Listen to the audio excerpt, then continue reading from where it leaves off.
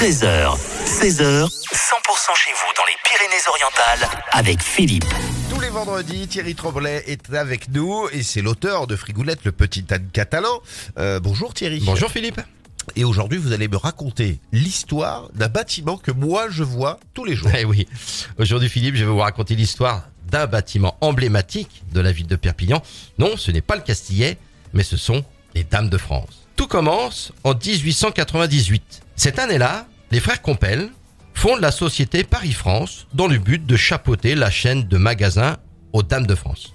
Or, à Perpignan, les anciens remparts viennent tout juste d'être démolis et les frangins profitent de l'espace ainsi dégagé. L'architecte parisien, Georges Debry, signe donc les plans du premier grand magasin de la ville. Le métal et le verre sont largement employés, en particulier pour la construction de la verrière qui trône au sommet de l'édifice. Commencé en 1907, il ne faudra que 3 ans pour que le magasin ouvre ses portes. Le succès est immédiatement au rendez-vous. Et lors des années fastes, dans les années 70, le magasin emploie près de 3000 personnes. C'est la belle époque. Le temps de la grande famille des employés, de la moquette rouge aux étages et de l'escalier monumental.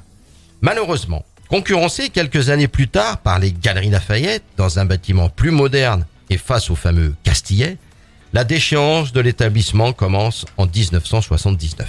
10 ans plus tard, en octobre 1989, l'annonce de la fermeture du magasin entraîne dans sa chute le déclin de tout un quartier. Des pétitions se succèdent pour empêcher la destruction du bâtiment prévu pour un projet de drugstore. Les fondations ne sont plus aux normes, la charpente métallique nécessite une restauration importante.